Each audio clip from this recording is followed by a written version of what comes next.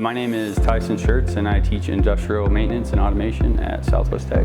I never saw myself being a teacher ever. I've never even thought about it, but I'm glad I did. It is very rewarding. I like it. Being a part of someone learning new things that they're interested in is amazing. You know, I never experienced something like that before. So seeing them come in with, okay, I do want to learn about mechanics and I do like this kind of stuff. Seeing them develop and actually hone in those skills, I think it's awesome.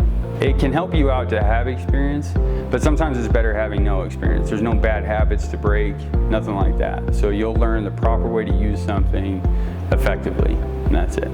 At Southwest Tech, it's more personal. You know, they give you the freedom to actually develop relationships with the community, the students, and they give you the tools that you need to be successful in what you're teaching. So.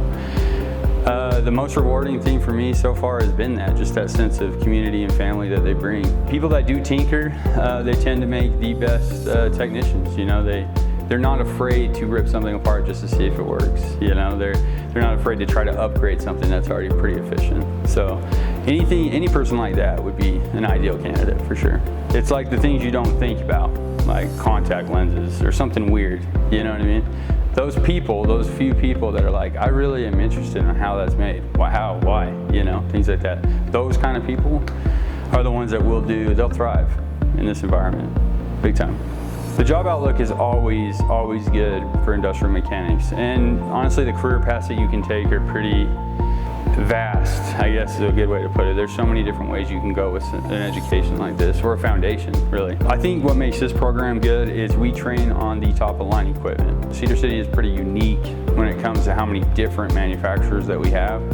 So what you're using here is exactly what you'll be using in the field. And I think that gives students a lot more confidence and comfort knowing that they can go to most manufacturing plants and be comfortable with the machines that they're running and know what to do.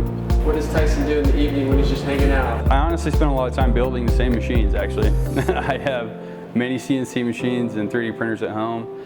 I build a lot of custom machines for companies locally too. Right now I'm working on a blacksmithing machine that twists metal together as it heats up. So this is your life. This is it.